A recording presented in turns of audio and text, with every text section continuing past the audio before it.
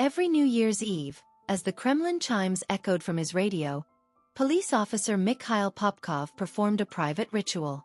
He would pour a single glass of champagne. And he would raise a toast. Not to the future. Not to his family asleep in the next room. He raised his glass to the women he had killed. In his mind, he replayed the final moments of each life he had ended in the past 12 months. The shock in their eyes. The silence that followed. A mental gallery of his own creation. His hand slipped into his pocket, finding the cold, familiar metal of a screwdriver. If you looked closely, you could still see the traces, a faint brownish stain etched into the steel. He stroked it gently. And then the smile appeared. The same easy, friendly smile that made his colleagues call him Misha the Smile. He took a slow sip of champagne. The thought was intoxicating, more than the alcohol ever could be. I have done so much. And after all this time, they still have no idea. They are looking for a monster. They would never suspect the man in the uniform next to them. This is not just the story of a serial killer. This is the story of how the very institution sworn to protect a city became the perfect hiding place for a predator. This is how a man became a ghost, hiding in plain sight, protected by the badge he wore. To understand how a hunter like Mikhail Popkov could operate with such impunity for so long, you must first step into his hunting ground. You must understand the city of Angarsk, not the postcard, but the place. From the outside, it was a model town. A testament to Soviet, and later Russian, order. The awards were real. Most comfortable city in Russia. The cleanest. The brochures showed tidy streets, newly painted benches, and smiling families. A deliberate, manufactured oasis against the brutal backdrop of the Siberian taiga. But this comfort was a performance. A stage set, built on a foundation of frozen earth and old blood. Angarsk has a birth certificate, and it lists its parents as lies. Founded in 1948, official newspapers proudly declared it was built by the strong, calloused hands of war veterans. This was the first and most important lie. The real builders were not heroes. They were ghosts. They were prisoners, freshly released from Stalin's gulags, handed shovels and told to build a new life atop the ruins of their old one. They were here to man the city's reason for existing. A cluster of secret, state-owned chemical plants and oil refineries, the kind so sensitive, their very existence was a state secret. The legacy of those initial prisoners never left. To this day, functioning penal colonies surround Angarsk, their watchtowers a permanent feature of the horizon, a constant reminder to the residents of where they came from. This origin in the Gulag system bred a specific Siberian kind of resilience. A deep-seated understanding that survival meant keeping your head down, trusting no one, and speaking only in whispers. In the chaotic vacuum of the 1990s, that suppressed hardness erupted with a vengeance. Gangs, born from the despair of the era, became the real authority. The streets became a stage for brutal theater. Daylight robberies, violent shootouts over territory, and rumors of torture in basement cellars. In those years, the most dangerous job in Angarsk wasn't being a police officer. It was being a kiosk vendor, selling newspapers and cigarettes. These small stalls were magnets for thieves, their owners living in a state of constant low-grade terror. The people of Angarsk internalized a survival skill more valuable than any weapon: the art of selective blindness. They knew the official story was a fiction. They knew the real history, and they navigated the present danger with a quiet, collective understanding. The true threat wasn't always the man in a gang jacket. Often, it was the thing everyone had silently agreed to ignore. The unspoken rule was simple: see nothing, hear nothing, know nothing. It was into this fertile ground of fear and silence that a new kind of terror began to seed itself. At first, it was almost unnoticeable. A woman wouldn't come home. A daughter failed to call. In the turbulent 90s, it was tragically easy to dismiss. The official reports often contained a single, hollow word: runaway. The files were messy, witness statements contradictory, physical evidence misplaced. It was a chaos that served someone perfectly. The system, overworked and under immense pressure to show results, found it easier to look the other way. But for the families, The silence was a living nightmare. A mother staring at the telephone, willing it to ring. A father walking the streets, showing a faded photograph to disinterested strangers. The anguish was private, swallowed by the immense indifferent noise of the city. A local bartender, a man who served drinks and listened to the worries of everyone from factory workers to police officers, would later give investigators a key they didn't yet know how to use. He said, his voice low, "You want to know what's dangerous here? It's not the criminals. It's the silence that follows them. That's what gets you." It began not with a scream, but with a sigh. A diesel locomotive driver, walking the tracks near the Trudeau station on the night of July 18, 1998, saw a pale shape in the gloom. He dismissed it as a discarded mannequin, some trash tossed from a passing train. But as he drew closer, his footsteps slowed. The shape was too real, too still. It was a woman. Young, no more than 25. Naked, her clothes scattered nearby. Her skin was cold to the touch. He assumed she was a drunk, passed out. Perhaps a prostitute. With a sense of squeamish duty, he covered her with a stray piece of clothing and continued to his shift, assuming she would wake up and stumble home. But the image haunted him. After his shift ended, as the sun was rising, he returned. The woman was still there. But now, in the dawn light, he saw the full horror. Her face was a swollen, bruised mask. She tried to form words, but only a wet, guttural rasp escaped her lips. This was not a drunk. This was a woman who had been to the brink of death and left there. Her name was Natalia Titova.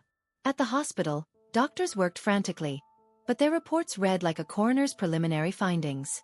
The primary injuries were not on her body, but concentrated on her head. Her skull had been punctured, not once or twice, but over 24 times. The weapon was narrow, sharp, and precise, a tool, like a tailor's awl or a screwdriver. The wounds formed a macabre constellation of hate, each one driven with a force meant to penetrate bone. Who was Natalia Titova? In life, she was a wife. She had been married for 3 years to Dmitry Titov, a 23-year-old professional military man. The day before her disappearance, they had a marital spat. To cool off, they went with friends to a nearby lake for a picnic. A mutual acquaintance, a man named Gennady, drove them. The picnic was a success, but the aftermath was a tinderbox. Returning home, Dmitry, having drunk too much, fell into a deep sleep. Natalia, however, ended up in the bed of their friend, Gennady. Afterwards, restless, she decided to go out to a cafe. Gennady refused to join her. It was late. When Dmitry Titov woke at 5 a.m., his wife was gone. She had slipped out into the Angarsk night, a decision that would seal her fate. The investigation that followed was a masterclass in missing the forest for the trees. The police had 2 perfect suspects, the husband and the lover. Dmitry Titov, the betrayed military man. Gennady, the man whose intimate fluids were found on the victim's body. During a face-to-face interrogation, the truth of that night collided with male pride. Gennady, as expected, denied the affair. But more surprisingly, Dmitry, the husband, also refused to believe his wife had been unfaithful. He defended her, insisting Gennady was not her type. It was a tragic, misplaced loyalty. The police focused on this personal drama, this classic love triangle. They grilled the 2 men, looking for a crime of passion. But they ignored the larger, more terrifying picture. Because there was a 3rd man. Witnesses placed Natalia, in the early hours of the morning, getting into a car with an unfamiliar young man. He had pulled over, offered her a drink. She accepted. They were seen driving together. Then they vanished. The official theory became that a conflict erupted in the car near the railroad lines. The man dragged Natalia out, and in a frenzy, attacked her with the awl, leaving her for dead. But there was one more clue, a piece of the puzzle that was picked up, examined, and then deliberately set aside. It came from Dmitry Titov himself. In a moment of cold clarity, surrounded by the very policeman he was supposed to trust, he voiced a thought that was too dangerous, too revolutionary for them to entertain. He said, his voice low with a dawning horror, "This could only have been done by someone who works in the police." Natalia Titova died in the intensive care unit without ever regaining consciousness. Her case, like so many others, was filed away. The sense of terror in Angarsk flickered and then faded. The police had their suspects, the affair provided a motive, and the public had a simple, salacious story. But Dmitry Titova's words did not disappear. They hung in the air of the Angarsk precinct, a ghost in the machine. A warning that, if heeded, could have saved countless lives. It was the first crucial missed clue. The thread was there, but no one had the courage to pull it. But the thread, the one that would eventually lead to a monster, did not begin with Natalia Titova. To find its true bloody origin, we must rewind the clock 4 years, to the brittle fading light of a Siberian autumn in 1994. Before the national economic collapse, before the hollow title of Most Comfortable City, there were 2 girls. 18-year-old Luba Kalugina was the eldest daughter in a bustling working-class family. She wasn't just independent. She was a force of nature. With a wit as quick as a snap towel and a confidence that belied her years, she was what old-timers in Angarsk called Ostraya, sharp as a tack. She had to be. By 18, she was already earning her own keep, navigating the tough clientele at the Hazar Café, a dimly lit establishment owned by the local Azerbaijani diaspora. She knew how to deflect an unwanted advance with a sharp joke and how to count her tips at the end of a long night. She was a survivor. But in the autumn of 1994, the city she navigated so skillfully was about to reveal a predator she could not outsmart. One unremarkable evening, after the last coffee cup was washed and the chairs were stacked on tables, Luba met up with her friend, 14-year-old Natasha. 2 figures, one on the cusp of adulthood, the other still a child, disappearing into the deepening twilight of Angarsk. They were just 2 more faces in the crowd of a bustling industrial city. And then, simply and utterly, they were gone. The silence that followed their disappearance was a living entity, crouched in the Kalugina household. Then, the first of many cruel illusions took shape. A man from the café, an owner who had previously cast lingering looks at Luba, was pulled in for questioning. The rumor mill churned out a dark fantasy, that he had confessed under pressure, only to later recant and vanish, fleeing all the way to Azerbaijan. It was a convenient story, a neat package of foreign otherness that allowed the city to point a finger at an outsider. But then, a more specific, more vicious cruelty began. The telephone would ring in the dead of night. Strangers' voices, cold and demanding, spoke to Luba's mother. They claimed to be the kidnappers. They had Luba, they said. She was alive. For now. The ransom they demanded was not just large. It was astronomical, a sum that could only be met by selling the family's apartment, their home, their shelter, their entire physical world. And Luba's mother, her heart shredded between hope and terror, agreed. She would have sold the clothes off her back, the food from her cupboard, anything. She began the desperate, heartbreaking process of turning her life into cash, praying it would be the key that unlocked her daughter's return. She was navigating a nightmare, bargaining with phantoms who were nothing more than vultures circling a family's grief. Siberian winters are long, but they are not eternal. When spring finally arrived in 1995, it did not bring renewal. It brought a revelation. The snow, retreating inch by grudging inch, acted like a curtain slowly rising on a stage of horror. In a clearing in the woods, a place once blanketed in white, the thaw exposed what had been hidden for months. 2 shapes, lying close together, as if for comfort. It was Luba and Natasha. The official coroner's report was a masterpiece of clinical detachment, a document designed to sterilize atrocity. The cause of death for both girls was listed as exposure to the head. But these sterile, bureaucratic words were a lie by omission. The truth was in the details, the cold, hard facts of the autopsy. Each young skull, the coroner noted, bore at least a dozen deep, precise, and savage puncture wounds. The pattern, the specific horrifying signature of an attack focused entirely on the head with a narrow, sharp instrument, was already there, etched into bone. It was a perfect, gruesome match, 4 years before Natalia Titova was found bleeding on the railway tracks. The news of the murdered girls sent a jolt of pure, undiluted fear through Angarsk. It was the husband of another woman, found murdered around that same time, who gave voice to the unspeakable thought that was on everyone's mind. He said, his voice flat and certain, "This could only have been done by someone who works in the police." But it was easier, far easier, to let the silence settle back in. The case of Luba and Natasha was filed away. A tragic, isolated incident. The case of Natalia Titova would be filed away years later. Another isolated incident. They were treated as separate songs of sorrow, random notes in the symphony of a violent time. No one in a position of power dared to look at the identical wounds, the same method, the same hunting ground, and see the work of the same hand. The system, whether through willful blindness or staggering incompetence, was refusing to connect the dots. It was a conspiracy of silence. And with every case it prematurely closed, it was handing the monster a map, a schedule, and a license to kill. While the dead could not speak, the city of Angarsk produced living witnesses. Women who had stared into the eyes of the monster and, by some miracle, had been spat back out. Their stories were not just testimonies. They were blueprints of his method, screamed into the ears of a system that refused to listen. The first was 17-year-old Svetlana Misevichus. On the night of January 27, 1998, she was celebrating her birthday with a group of girlfriends.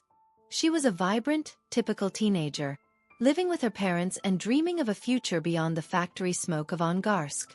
When the party ended, faced with a long, cold walk home, she did what many young women did. She decided to hitch a ride. A car pulled over. The driver's behavior was assertive, almost aggressive. But then, he showed her his police identification. For Svetlana, that badge was a shield, a symbol of safety. She got in. During the ride, she casually noticed the driver's profile, a distinct, aquiline nose. It was the last coherent memory she would have for a very long time. The police officer beat her until she was nearly dead, leaving her lifeless body in the snow by the roadside. A passerby found her, and believing her to be dead, she was taken directly to the city morgue. Svetlana Misevichus regained consciousness in a place of the dead. The first thing her eyes focused on was a tag, tied to her own cold, pale foot, the kind of tag attached to all corpses. She was surrounded by other bodies, silent and still. Her scream tore through the silence, a sound of pure, existential terror. The morgue attendants, shocked, rushed her to the hospital. She was diagnosed with a severe organic personality disorder, a permanent rewiring of her brain caused by the trauma to her skull. The vibrant teenager was gone forever. Her life sentence served not in a prison cell, but within the fractured confines of a psychiatric ward. Just a few months later, in July of 1999, the monster found his next surviving victim. Evgenia Karolova was a young woman with a rebellious streak, known for her lively spirit and sometimes tumultuous love life. After a night out that ended in a quarrel with her boyfriend, she found herself stranded at an intersection, determined to get home on her own. A car stopped. The driver introduced himself as Mikhail. He offered a ride. Evgenia, street-smart and cautious, refused. But then, he performed his magic trick. He flashed his police ID. The symbol of authority disarmed her. She got in. The building where she lived was just minutes away, but the driver, this Mikhail, sailed right past it. He drove without a word, his silence becoming more terrifying with every meter, heading straight for the dark waiting line of the forest. When the car stopped, he simply said, "Get out." Evgenia, her heart hammering in her chest, burst from the car and ran, tearing off her shoes to gain speed. He was faster, catching her and beating her over the head until the world went black. She woke up in a hospital in Irkutsk. Almost immediately, she began telling her story to anyone who would listen. "I started running away," she would later recall. "I knew immediately that he was trying to kill me." But when she told the police that her attacker was one of their own, they dismissed her. They told her she was delirious, that the head trauma had fabricated the memory. Her truth was too inconvenient to be believed. Then there was the case of Lyudmila Smyshleva, a local Angarsk resident whose story was perhaps the most damning of all. Her background is lost to the shadows, a quiet woman who simply vanished one evening. Her encounter with the man in the police car ended not in the forest, but in a cemetery. He drove her to the city of the dead, attacked her, and left her there. She was found, later, alive. And here, the indifference of the system reached its peak. It is unclear how it could have happened, but the police did not even open an investigation into Lyudmila's assault. Her case was never logged, never numbered, never deemed worthy of a single sheet of paper. She was the ultimate symbol of the impunity he enjoyed. He was no longer just a killer hiding within the police. He was now so confident that he knew his own institution would not even look for him. And what of the man himself during these attacks? What thoughts raced through the mind of Mikhail Popkov as he hunted? As Svetlana trusted his badge, he felt a surge of contempt. The badge was a key, and these women were so easily unlocked. As Evgenia ran from him, he felt the thrill of the chase, a predator's cold excitement. Her fear was not a cry for help. It was a confirmation of his power. As he drove Lyudmila to the cemetery, he felt nothing but a calm certainty. He knew the streets. He knew the safe places to take them, and he knew with absolute confidence that the men who wore the same uniform as he would never come for him. They were looking for a monster in the shadows. They would never think to check the man in the uniform sitting at the desk next to them, the one with the easy, friendly smile. To him, they weren't women. They were proof of his own genius, and the system's stupidity. He was a ghost, and they were the ones who had made him invisible. For years, the horror in Angarsk was a local secret, a stain contained within the city limits, festering in the Siberian cold. But in 2002, a journalist named Mark Dege finally tore the veil away. His explosive piece, titled The Wednesday Murderer, was more than an article. It was an indictment. It landed with the force of a bomb on the polished desks of high-ranking officials in the Prosecutor General's office in Moscow. The Kremlin could no longer pretend the darkness in the East didn't exist. The response was a calculated political maneuver. The formation of a special Maniac Team, a group of investigators dispatched to Siberia to accomplish what the local force had so spectacularly failed to do. This team was nominally headed by renowned Moscow detective Valery Kostorin, a man with a formidable, almost mythical reputation for cracking impossible cases. But the reality of the team's composition told a different story. It was a dumping ground for misfits, troublemakers, and problem cases from the Moscow headquarters, a way for the bureaucracy to be seen as acting, without risking its best talent on a lost cause. The embodiment of this cynical strategy was a young man named Artem Dominion. Just 19 years old, Dominion was so fresh out of the Ministry of Internal Affairs Institute that the ink on his diploma might as well have still been wet. He had been on the force for a mere 2 months, a face in a sea of uniforms, when his boss casually pulled him aside in a hallway. With a clap on the back, the man cheerfully informed him he was being sent to Angarsk to hunt the famous serial killer. This was not an honor. It was a professional exile. The young, the inexperienced, the overly ambitious, they were all sent to Angarsk to be forgotten, their careers stillborn in the Siberian frost. No one in the plush Moscow offices believed the killer would ever actually be caught. He was a ghost, an urban legend with a very real pile of bodies. Artem Dominion arrived in Siberia not as a savior, but as a cast-off, an underdog whose quiet determination was seen as nothing more than youthful naivety. While the Muscovites were just arriving, the man who had come closest to solving the case years earlier was a local expert named Nikolai Kitaev, a grizzled, methodical detective who had personally looked into the eyes of other serial killers. Kitaev was the only one who had been given the grim task of sifting through the mountain of neglected case files. His mission was to find a pattern in the chaos, a signal in the noise of 2 decades of violence. And find it he did. While others saw only isolated tragedies, Kitaev's trained eye saw a perfect, terrifying series unfolding over the years. He meticulously singled out 24 attacks with an identical chilling signature.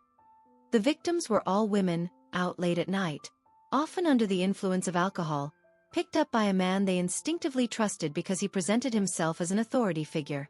He moved with an impossible confidence, knowing the streets, the secluded spots, the rhythms of the police. But Katayev's work went beyond mere pattern recognition. He documented a fact that was deeply, politically uncomfortable for the entire local police department. The investigations had been handled with what could only be described as staggering, systemic carelessness. Critical evidence was lost, witness protocols were a mess of contradictions and omissions, and astonishingly, no one had ever been held accountable for these catastrophic failures. And then, after connecting the forensic dots and the behavioral evidence, Nikolai Katayev voiced the hypothesis that would define and haunt the entire investigation. He stood before his superiors and stated, calmly and clearly, the maniac could be a member of the police force. It was a conclusion born not of guesswork, but of cold, hard evidence. For his brilliance, for his meticulous dedication, for speaking a truth that could have ended the killing years earlier, Nikolai Katayev was not praised. He was not given more resources. He was punished. He was immediately, and unceremoniously, suspended from the investigation he had helped to define. His groundbreaking profile was buried in a locked filing cabinet. His findings were officially ignored, treated not as a breakthrough, but as a threat. The system had been forced to look in a mirror, and it recoiled from its own reflection. The message was sent, and it was received by everyone in the Angarsk police department. Some truths are too dangerous to tell. The maniac wasn't just hiding from the investigation. He was being actively protected by the very institution created to stop him. The blue wall of silence was more powerful than the call for justice. When the hunters from Moscow, men like Artem Dominion, finally stepped off the train into the biting Angarsk air, they understood, perhaps for the first time, the real nature of their mission. They were not just hunting a single killer. They were waging a clandestine war against the very system that had sworn to uphold the law. They had arrived in Angarsk, but the enemy was not just a phantom in the night. The enemy was already inside the gates, wearing a familiar uniform, and it was waiting for them. Artem Dominion and the Maniac Team quickly learned that the walls in Angarsk had ears, and the eyes of their colleagues held a cold, unblinking suspicion. Their presence was a living indictment. They were quarantined in a cramped, airless office that smelled of damp paper and stale coffee. A room chosen for its isolation within the very headquarters meant to support them. Case files they explicitly requested would vanish from inboxes, only to reappear days later with pages mysteriously out of order. Witnesses they scheduled to interview would suddenly develop amnesia or leave town. The local police didn't just offer lazy resistance. They waged a silent, bureaucratic war. The team, using counter-surveillance gear, discovered not one, but 3 hidden microphones, tucked inside a light fixture, embedded in the frame of a telephone, and even placed behind a loose electrical outlet. Every theory they voiced, every name they discussed, was fed directly to the enemy. They were not just hunting a killer. They were navigating a minefield where the mines were their own badges. While the Maniac Team fought the fog of institutional sabotage, Mikhail Popkov existed in a state of serene, arrogant calm. The sudden tension in the precinct, the hushed conversations that stopped when he entered a room, the arrival of the sharp-faced men from Moscow, it was all a symphony of warning he was uniquely equipped to hear. And so, the master of camouflage simply stopped hunting. The brutal attacks, which had been a grim constant in Angarsk for years, ceased entirely. For the Maniac Team, this sudden silence was deafening and perplexing. They ran down their only logical leads. The killer must have died, been jailed on an unrelated charge, or fled the region. It was a reasonable conclusion, a profile built on the behavior of ordinary criminals. But their profile was fatally flawed because their suspect was anything but ordinary. He was not in a prison cell or a grave. He was in the next room, listening to their frustrated meetings, reading the same internal memos they did, and quietly marveling at their blindness. The system wasn't just protecting him. It was now actively misdirecting his pursuers, and he didn't have to lift a finger. The silent war soon declared itself with explosive violence. Artem Dominion, driving home on a treacherously icy, unlit road outside the city, saw headlights accelerate rapidly in his rearview mirror. It was not an impatient driver. It was a large dark sedan that pulled alongside him and then swerved, its heavy frame slamming into his car, forcing him through a guardrail and into a concrete embankment. It was not an accident. It was an execution attempt, a message written in twisted metal and shattered glass. Your search ends here. But Dominion, bruised and bleeding, crawled from the wreckage. The attack did not instill fear. It forged a cold, unbreakable resolve. It was the proof they had been desperate for. They were not just chasing a ghost. They were threatening a deeply entrenched system that was willing to kill to protect its secret. In response, the entire Maniac team was issued sidearms. The order came down from Moscow. Trust no one. They were now a fortress within a fortress. A handful of true believers surrounded by a force of hundreds who saw them as traitors. Every shadow in the Angarsk night now held a double threat. The phantom killer they sought, and the uniformed brothers in arms who sought to bury them. Blocked by the living and haunted by the dead, the Maniac team turned their last, desperate hope to science. They possessed the killer's unique genetic signature, a ghostly fingerprint left on his victims.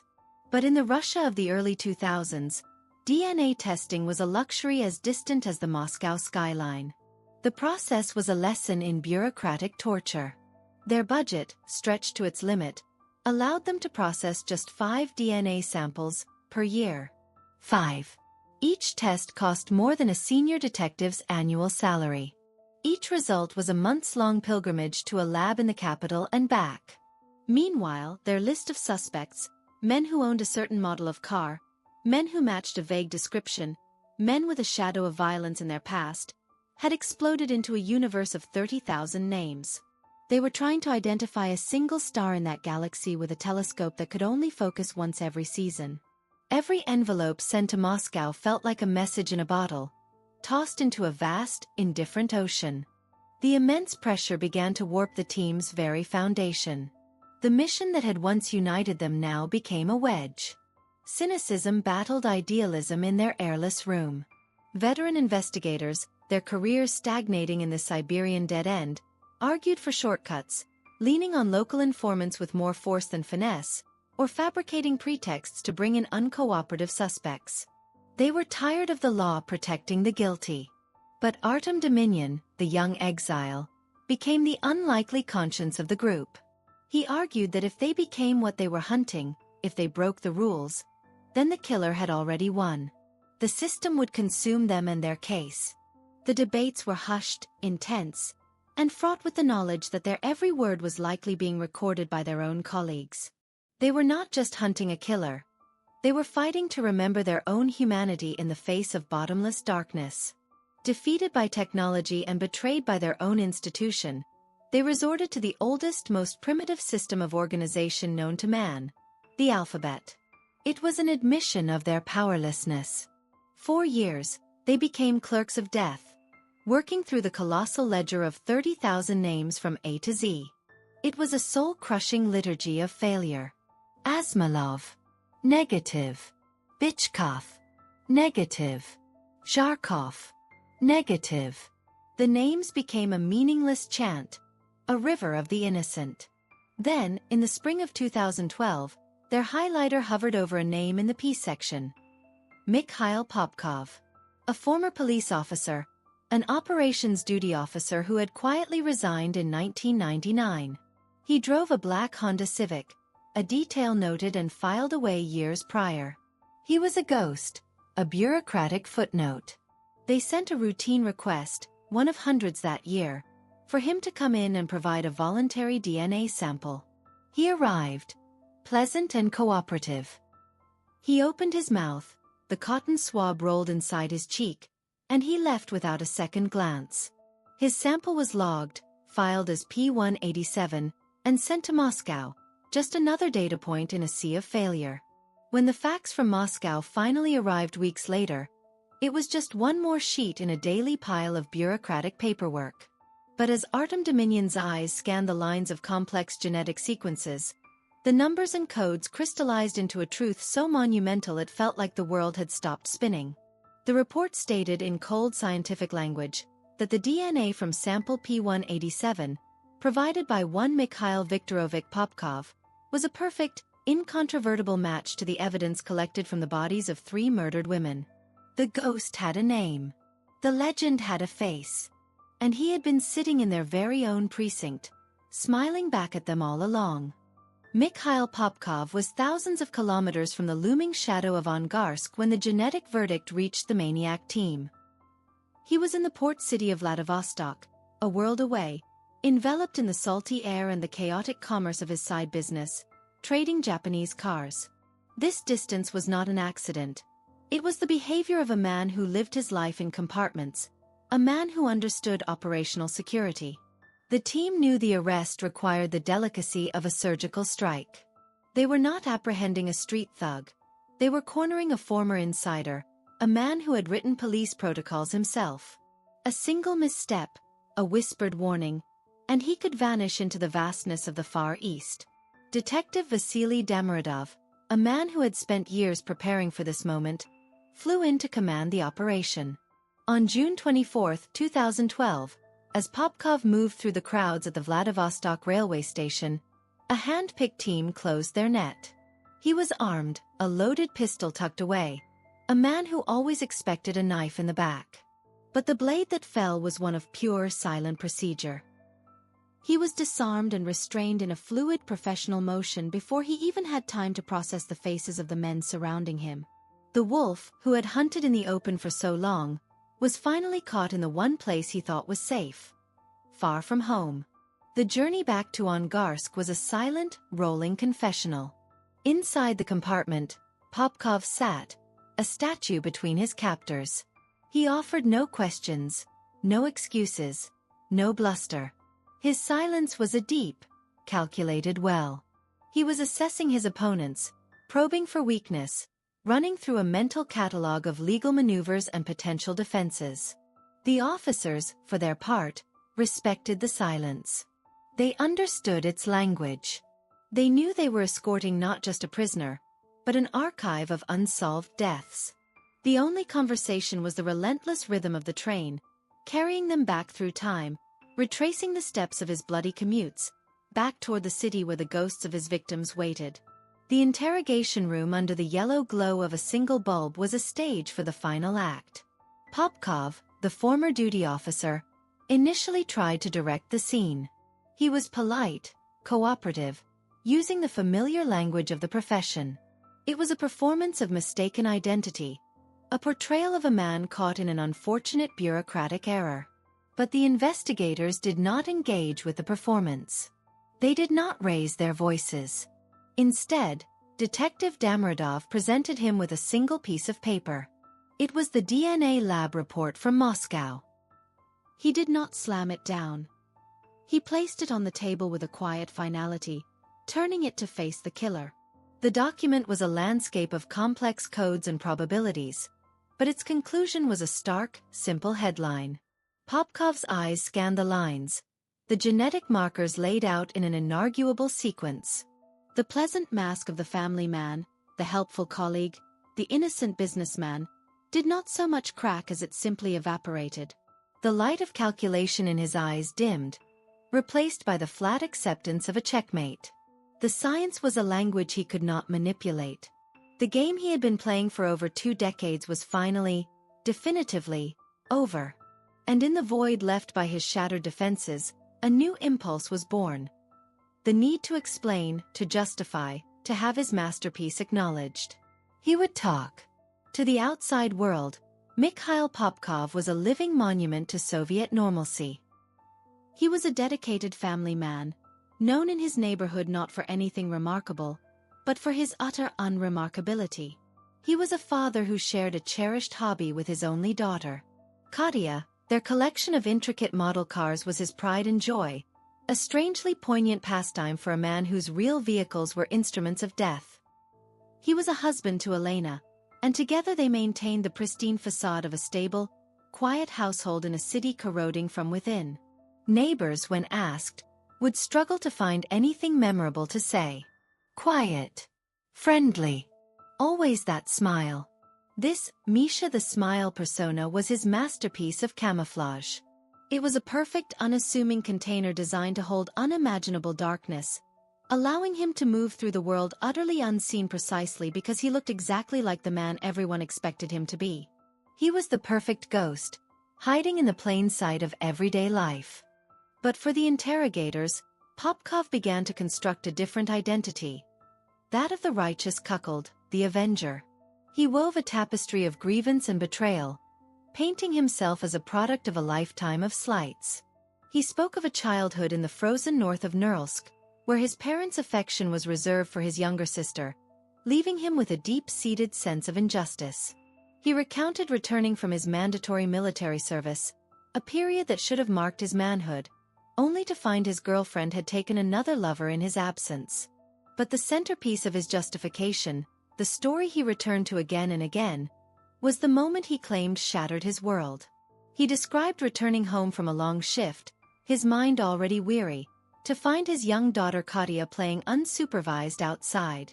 A knot of anxiety tightening in his chest, he entered his home and was drawn to the kitchen trash bin. There, nestled amidst the refuse, he claimed to have found the evidence of his wife's ultimate betrayal: 2 empty beer bottles and a single used condom. This tableau of domestic violation, whether real or imagined, became the foundational myth of his killing spree. He styled himself not as a monster, but as the cleaner, a moral vigilante purging the streets of Angarsk of fallen women, a twisted, self-appointed judge, jury, and executioner for the sins he believed had been committed against him. The experienced investigators listening, however, were not auditing a tragedy. They were profiling a psychopath. They watched, cold and analytical, as a profound transformation would come over him when the topic shifted from his family to his crimes. The polite, cooperative former officer would recede, and something else would surface. A distinct spark, a glint of perverse energy, would ignite behind his eyes, a light that was entirely absent when he spoke of his daughter or his childhood. His palms would grow clammy, and he would repeatedly, compulsively wipe them on the legs of his trousers, a physiological reaction to the thrill of the memory he was reliving. This was the true psychopath, the man who claimed he felt no pleasure from the killings, even as his own body betrayed a deep, visceral excitement. His voice might remain calm, his descriptions chillingly methodical, but these unconscious signals told a different story.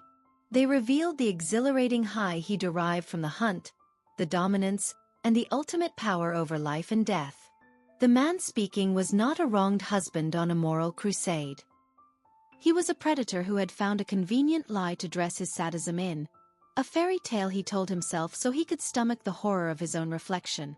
As Mikhail Popkov began his confessions, a disturbing new drama unfolded just outside his cell, one that threatened to poison the investigation from within.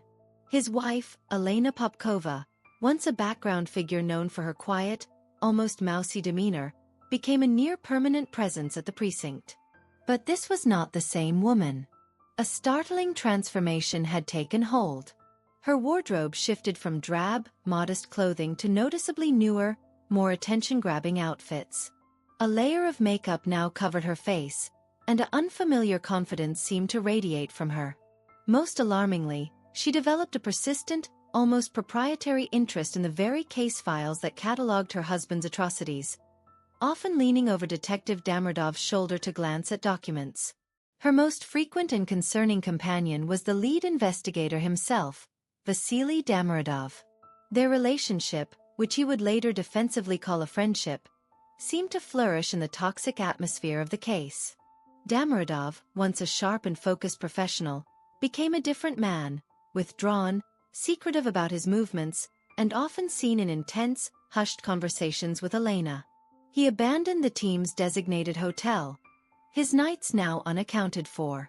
The vital, professional wall between the hunter and the hunter's prey was not just cracking. It was being deliberately demolished, brick by brick. This twisted partnership reached its breaking point on a bitterly cold, pitch-black evening. Artem Dominion, acting on a strange and specific request from Popkov to check on his wife, found himself driving past the killer's apartment. His eyes were drawn to a single glowing window. A light was on. His mind raced through the facts. Elena was at her night shift. Their daughter Katya was long gone. The apartment should have been a dark, empty shell. Every instinct screamed that something was terribly wrong. He immediately called Elena's personal phone.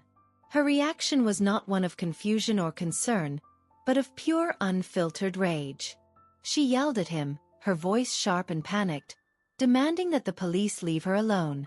With a sinking feeling, Dominion's next call was to his superior, Detective Damirodov. He dialed the number. It rang. And rang. And rang. The only response was a void of silence. As Dominion called for backup and unmarked police cars began to silently converge on the apartment block like ghosts in the night, the single, telling light in the Popkov apartment abruptly went dark. The silence from Damirodov's phone was now a damning verdict in itself. The next morning, a weary and disheveled Damirodov finally answered his phone. When confronted, his explanation was a hollow, devastating admission that sent a shockwave through the entire investigation. He had not been on official business. He had not been following a critical lead. He had spent the night inside the serial killer's apartment, with the killer's wife. The man tasked with upholding justice had, in the case's most critical hour, crawled into the monster's own bed. With his capture, Mikhail Popkov did not retreat into silence. He transformed into a macabre factory of confession. He began with 11 murders, providing details that only the killer could know. But for the investigators, this was just the first layer.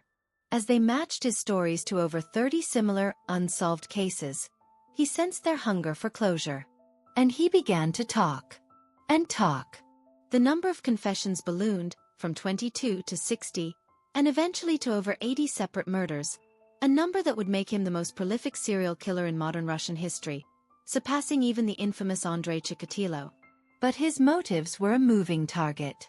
He claimed he wanted to cleanse the city, yet he also confessed to murders that fit no pattern in other regions during his car trading trips.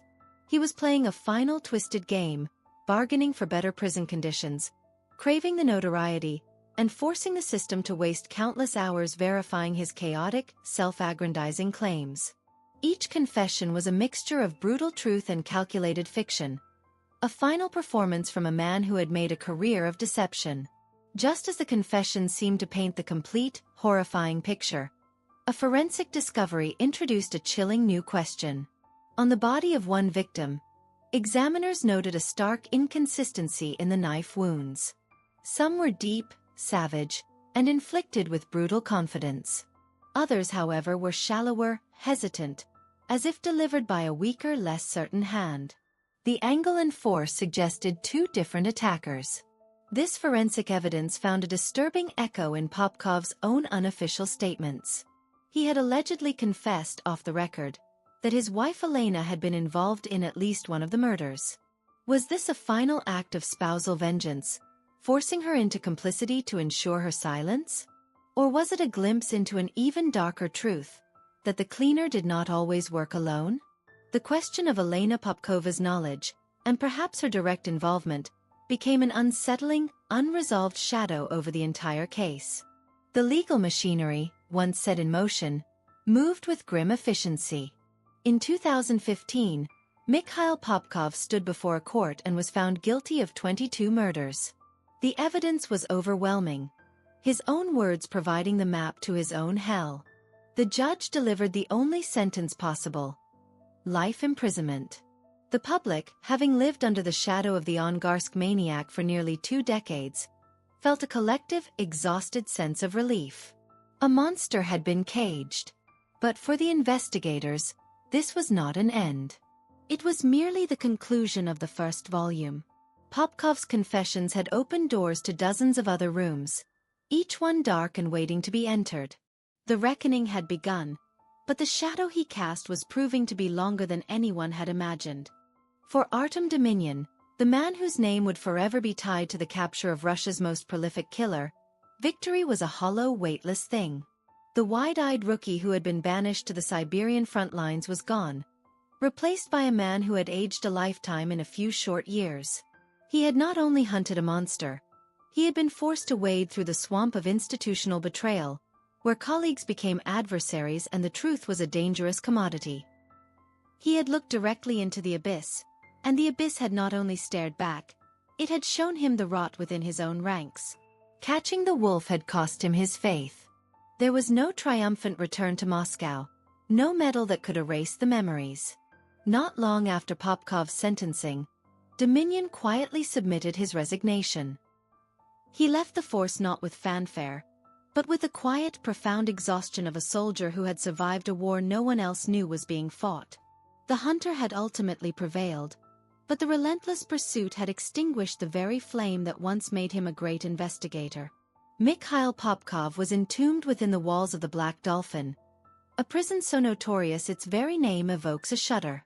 This fortress of concrete and steel, reserved for those deemed irredeemable, became his entire universe. The man who once held the ultimate power over life and death on the open road was now a specimen in a cage. His existence reduced to a number, a regimented schedule, and the meager comforts he could barter for, a pack of cigarettes, a box of tea, a cheap instant coffee. In this sterile environment, he cultivated a new persona, the intellectual convict. He devoured books, receiving them as rewards for good behavior, building a pathetic library in his cell. He granted interviews, but his cooperation came with a price tag. He sold his horrific stories to the highest-bidding journalist, using the money to purchase the small luxuries his family, who had utterly vanished from his life, would no longer provide. The cleaner of Angarsk had been reduced to a quiet reading man, a chilling portrait of mundane evil. His terrifying passions now sublimated into the turning of a page. Yet, the door to this case could never be truly, completely locked. The full horrifying scope of Popkov's carnage remains one of Russia's darkest, most persistent mysteries. His confessions, a macabre tapestry of over 80 murders, were likely not the final word. Investigators who worked the case are haunted by the gaps, the long unverified trips to Vladivostok and other remote regions under the guise of his car business. These journeys represented vast, uncharted territories of time and space, thousands of kilometers of open road where other stories, other victims, could have been written and then erased. Were there other bodies, in forgotten ditches or lonely forests in other regions, whose deaths bear his unique signature but remain unconnected to his name? The unresolved tension is a phantom limb of the investigation, a constant low-frequency hum of dread. Mikhail Popkov is secured. Yes. But the deepest, darkest corners of his legacy, the true final count of his victims, may be forever lost to the immense, cold and indifferent geography of Russia, a shadow that continues to stretch, long and dark, long after the steel door of his cell screamed shut for the final time. Mikhail Popkov is now a permanent archive of horror. A man defined by 2 life sentences in a concrete tomb. The monster, in the most literal sense, has been caged. But to view this as an ending is to misunderstand the story entirely. For this was never a narrative about a single, rogue predator. The core, the deeply unsettling question that claws at the foundations of justice, remains. Was the ecosystem that enabled him ever held to account? The officers who filed evidence away into oblivion, the commanders who exiled a truth-teller like Nikolai Kitayev for diagnosing the sickness, the corrosive culture of complicity that treated the Maniac Team as hostile spies, what became of them? The answer is a resounding and profoundly telling silence. A few low-level clerks may have been reprimanded, but the system itself underwent no cleansing fire, no profound reckoning. The prison door slammed shut on a killer, but the infection of institutional rot, the negligence, the corruption, the prioritization of a clean facade over a clean conscience, that pathogen was never eradicated. It remains, a dormant virus within the body politic, waiting for the right conditions of fear and silence to flare into a new epidemic. The chronicle of the Angarsk Maniac is more than a true crime story. It is a dark, cautionary fable for our modern world. It teaches a terrifying lesson, that the most lethal monsters are not the ones who lurk in shadows, but the ones who stand confidently in the light, wrapped in a cloak of our absolute trust. They are the men with the badge, the uniform, the title, the very symbols we are taught from childhood represent safety and order. Popkov's true genius was not in his brutality, but in his understanding that this trust was the perfect camouflage, the ultimate weapon. He was not a superhuman fiend. He was a symptom. A glaring, bloody symptom of a societal disease that values the appearance of order over the messy pursuit of truth, that protects its own at the cost of the innocent, and that will willingly sacrifice its children to maintain the illusion of control. And so we are left with this final lingering thought, a hook not just for this video, but for your conscience long after you click away. Mikhail Popkov is in a cage. This is a fact. But the conditions that cultivated him, that fertilized the ground for his atrocities, the institutional silence, the reflexive secrecy, the blind, unexamined faith we place in authority, are they not still here? Are they not present in your city, in your institutions, perhaps even in your workplace? The question is no longer if another werewolf in uniform can exist. The evidence proves they can. The only question that matters now is where the next one is, and what we are willing to see. What do you believe? Was Mikhail Popkov a singular anomaly, a freak of nature? Or is he a terrifying mirror, held up to show us the kind of monster a broken system can, and will, inevitably produce? The conversation starts now. Share your thoughts, your fears, your arguments below. Because this dialogue, this relentless, uncomfortable vigilance, is the only vaccine we have. It is our only true defense against the darkness, both outside the gates and within.